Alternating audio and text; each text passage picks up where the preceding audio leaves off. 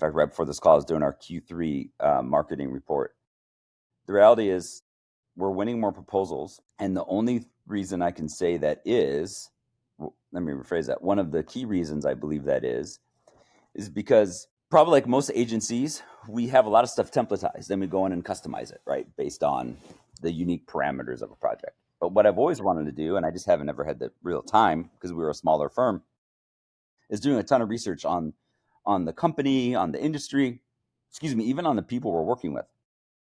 And now with things like Perplexity and deep reasoning, ChatGPT, I can go in and modify our proposals legitimately with industry data, using key terms that typically we wouldn't know until we were hired, and really hone the story to be more persona and strategic driven, which is something we all want to do, but very seldom unless you're a huge agency. I just didn't have a writer on staff to be able to rewrite every one of our proposals.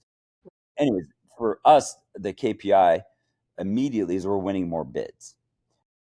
And I have to think it's that because nothing else has changed. So when you think long term for your company, I mean you're beyond most people. So if someone was new in coming into this, or has an agency that's not as developed as yours is, with all of these analytics, KPIs, all the things, what would you say to them besides don't be afraid?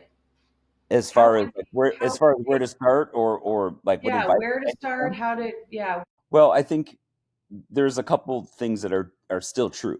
Uh, I've been doing this for 30 years. Rule 29 is 25 years old.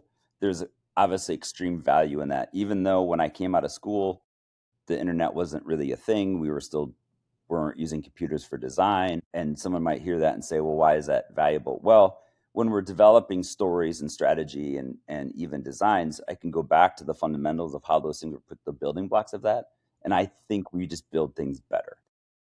With that said, if you're coming out or starting a new agency, even though you don't have that experience, you literally have the internet, the entire world's knowledge pretty much at your fingertips. So learn how to script and use AI. Number one. Number two, do not lack community.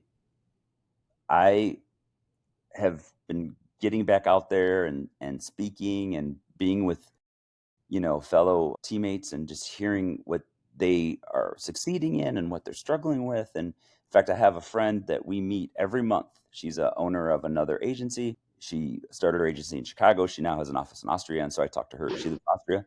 And we just talk about, community and the industry and of course life. Those are still the things that really, really are valuable. So understand how you can harness technology to your benefit, collaborate, build community, and do not be afraid to reach out to someone and work with them. Even all these years, if there's something new that we're doing, that's partly how we got into Chip AI. A friend of mine did a AI experience. I was like, this is crazy. He actually created an AI coach for a program he has. I'm like, this is awesome. And this is like 2 years ago. So it wasn't as awesome as AI is now, but to me, it was like, this is magic. And I was like, wow, this is overwhelming. And he's like, do you want to meet the guy that made it? I was like, yes.